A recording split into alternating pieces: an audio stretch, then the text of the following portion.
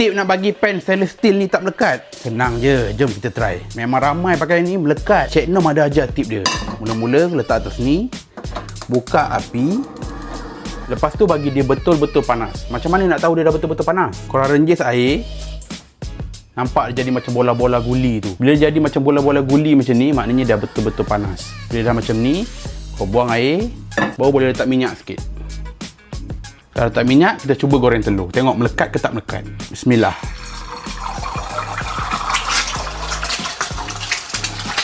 Kau tengok telur tak melekat tau. Nampak?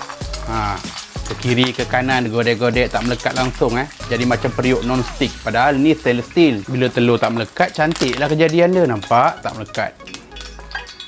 Cun kan? Mudah pakai periuk ni. So lepas ni kau jangan pakai periuk non-stick macam ni sebab bahaya, risiko ada kanser. Lagi-lagi bila lapisan non-stick dia tu dah terkopak-kopak macam ni. Tukar kepada stainless steel lebih mudah dan boleh jadi non-stick juga. Brand yang aku beli ni dia berat. Lepas tu yang ni saiz dia 26 cm. Cukup untuk masak meal untuk aku seorang. Harga tak mahal mana.